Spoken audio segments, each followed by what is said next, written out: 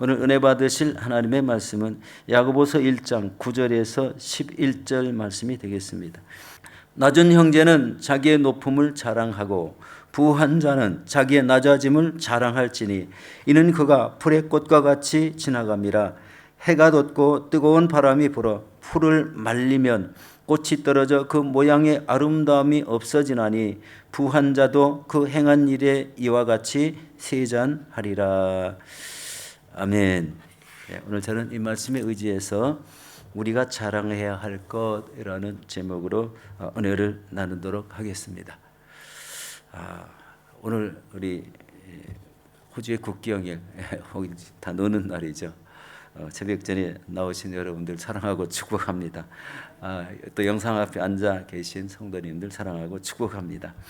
여러분, 우리가 이 세상을 살아갈 때 반드시 뭐가 있을까요? 고난과 고통과 시련이 있습니다. 야고보서의 가장 중요한 주제 중에 하나입니다. 이때 성도가 가져야 될 자세가요, 절망하거나 좌절하지 말고 하나님께서 자신에게 그 같은 시련을 허락하시는 이유가 무엇인지 살펴보아야 된다는 겁니다. 우리가 잘 나가다가 믿음이 좋은 것 같다가도 갑자기 불쑥 힘든 일이 겹치고 알지 못하는 이런 고난도 때로는 임하고 또 질병도 다가오고 여러 가지 어려운 일들이 많이 나타나죠. 그런데 여러분, 그 이유를 분명히 알 수 없을 때에는 하나님께 지혜를 구하라고 이렇게 말씀합니다. 그렇게 시련을 당하는 이유를 분명히 알 때 우리는 인내를 할 수 있고, 그리고 자신의 신앙생활에 부족한 부분을 채워서 영적 성숙을 이루어 나갈 수 있다는 것입니다. 여러분, 야고보서의 특징은 아주 단순한 문장으로 구성되어 있고 명령문이 많습니다. 오늘 읽은 본문 중 앞부분에 보면은 우리 각 문단에 보면은요, 문단이라는 것은 여러분 성경을 읽다 보면은요, 2절 보면은 동그라미가 하나 옆에 하나 있어요. 조그만 하얀 동그라미.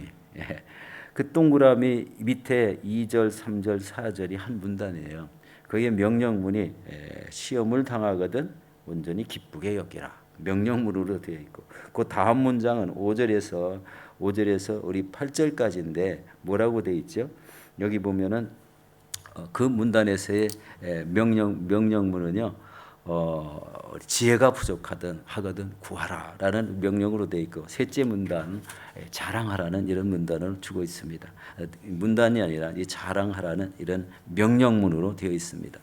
여러분, 오늘 본문은 낮은 자와 부한 자에 대한 말씀으로 인생은 풀의 꽃과 같이 지나가는 것에 대한 말씀을 하고 있습니다. 우리 9절에서 10절 우리 같이 한번 다시 보도록 하겠습니다.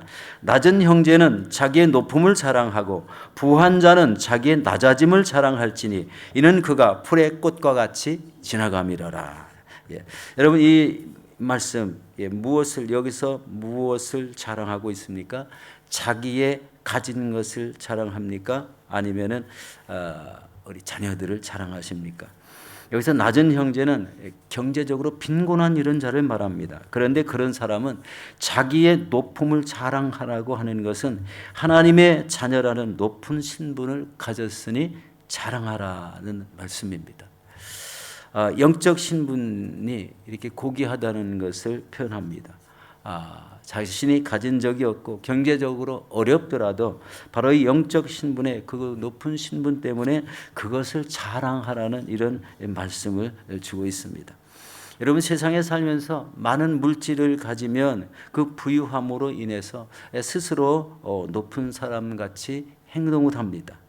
그런데 실상은 예수 그리스도를 믿지 않으므로 영적으로는 아주 빈곤한 축에 속한다는 거예요. 재미있을까요, 이 말이? 재미있다고 표현하면 안 되겠죠.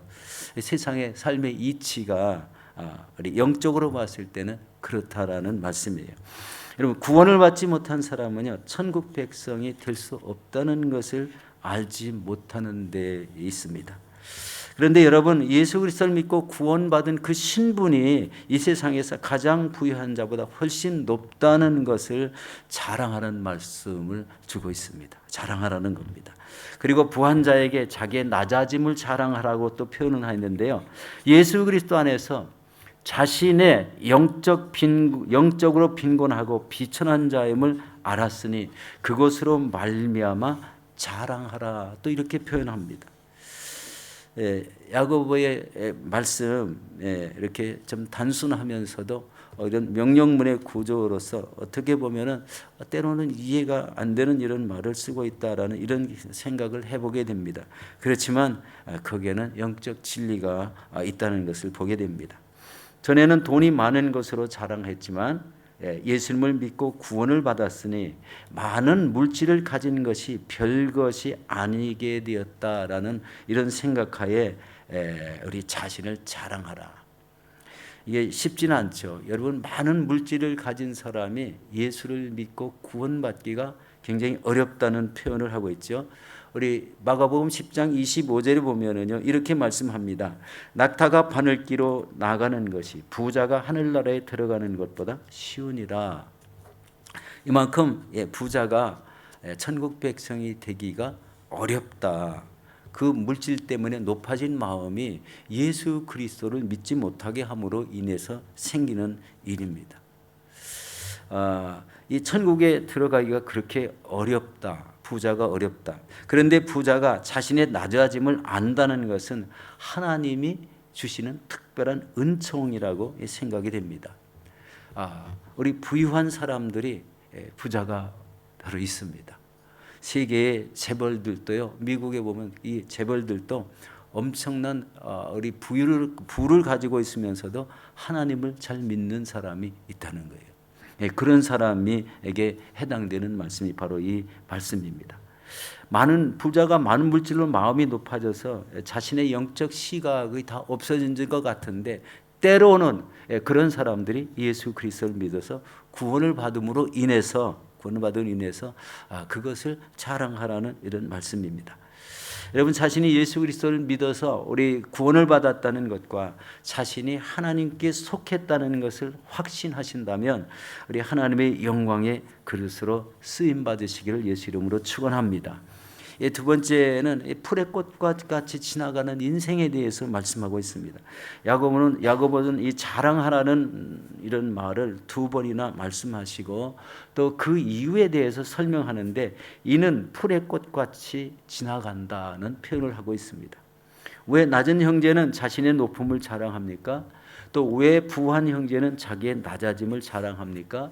이것은 낮은 자나 부한 자나 인생은 풀의 꽃과 같이 지나간다는 표현을 하기 위해서 이렇게 쓴 것 같아요.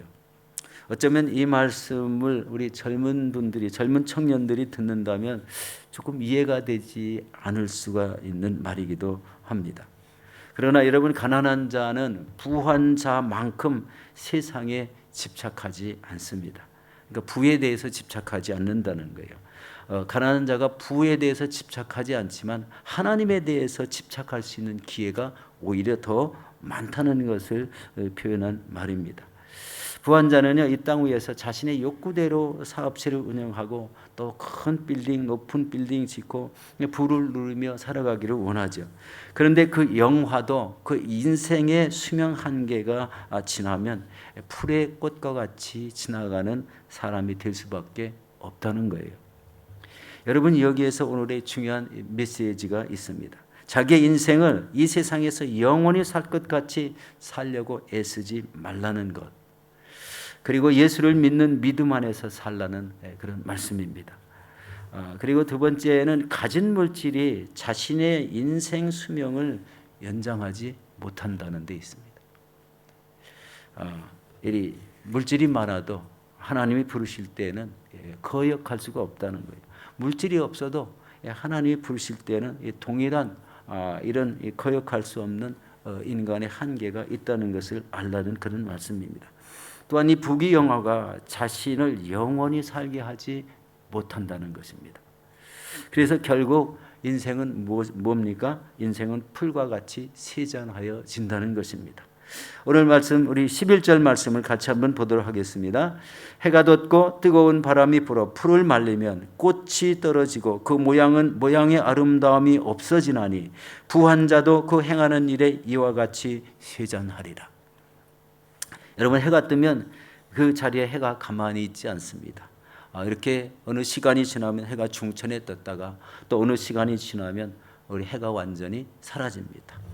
여러분, 이렇게 반복되는 과정 속에 세월이 지나갑니다. 그리고 계속 이 바람이 불어서 풀이 말라지면 그 풀에 붙어있던 꽃이 떨어지고 또 꽃의 아름다움이 사그라들고 없어지는 그런 이치를 얘기하고 있습니다. 여기서 그 행하는 일이란 이 원어로 보면은요, 포레이아라는 이런 말을 합니다. 이것은 이 말의 의미는요, 장사를 하기 위해서 사막을 여행하는 이 대상에게서 나온 용어라고 합니다. 그러므로 그 행하는 일이란 부자들이 자신들의 부를 축적하기 위해서 지칠 줄 모르는 열정으로 돈을 모으는 모든 일을 지칭하는 말이 이 포레이아라는 이런 말입니다. 그런데 그 대상들이 사막을 여행하면서 갑자기 불어닥치는 돌풍에 의해서 많은 사람들이 죽는다고 합니다. 이런 사실들이 들에 핀 꽃이 바로 열풍에 말라서 죽는 것과 같은 좋은 비교가 되고 있다는 거예요. 많은 부를 얻으려고 우리 사막을 지나다니고 낙타를 이용해서 물건을 운반해도 그런 갑작스러운 어려움을 통해서 인간이 유한한 인간으로 변해 버린다는 이런 말씀입니다. 우리 창세기 39장에 보면 요셉이 보디발의 집에 팔려가는 내용이 나옵니다. 참 사람이 노예같이 팔렸다는 그 자체로 보면은요, 그거같이 좀 가련한 인생이 어디 있겠습니까? 그런데 우리 39장 1절, 2절, 3절 쭉 내용을 보면은요, 요셉이 그 가정에 들어가서 형통한 사람이 되었다라고 이렇게 표현해요. 형통한 사람이 되었다. 이 사람이 어디 가서 팔려가 가지고 종이 되었다는 생각을 해보면은요, 굉장히 위축되고 그리고 그 집에서 팔려간 집에서 무엇을 해야 될지는 이 짐작이 가잖아요. 주인이 엄하해서 시키는 대로 하지 않으면 안 되는 그런 위치에 있기 때문에 이 자기의 삶, 인생의 삶이 위축될 수 있지만 하나님이 주시는 그 형통함 때문에 오히려 주인에게 총애를 받고 모든 것을 다 맡겼다고 되어 있습니다.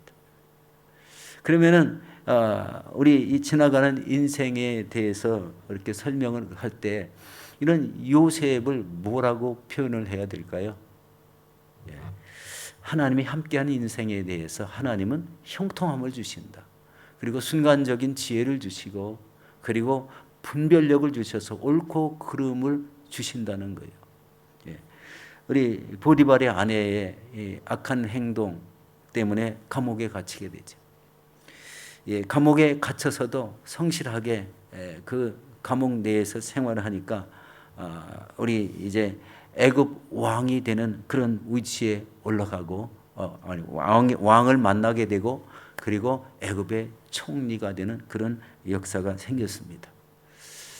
그 인생이요, 이렇게 감옥에 갇히고 그 다음에 가정의 총무가 돼서 진짜 그 가정에 여러 가지 하인들을 이렇게 다스리는 위치에 올리고 감옥에도 갇히고 이렇게 변화했다가 또 자신이 애굽을 다스릴 수 있는 총리의 자리까지 옮겨졌다. 인생에 이렇게 파란만장한 이런 내용을 가지고 있지만 하나님께서 화초 같은 그런 역할을 하게 한다는 것을 깨달을 수가 있습니다. 여러분 자신도 동일하고 저도 동일합니다.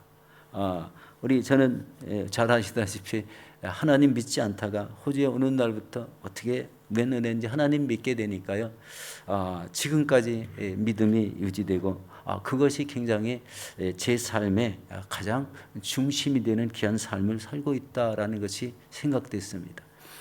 그렇게 되니까 인생의 결국은 결국은 계속 성경에 나와 있는 예측대로 하나님 나라 천국 백성이 된다는 것입니다.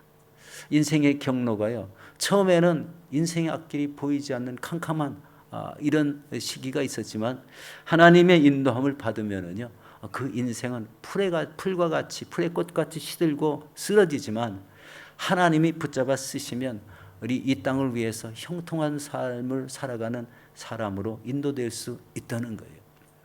누구든지 동일한 환경에 처해 있습니다.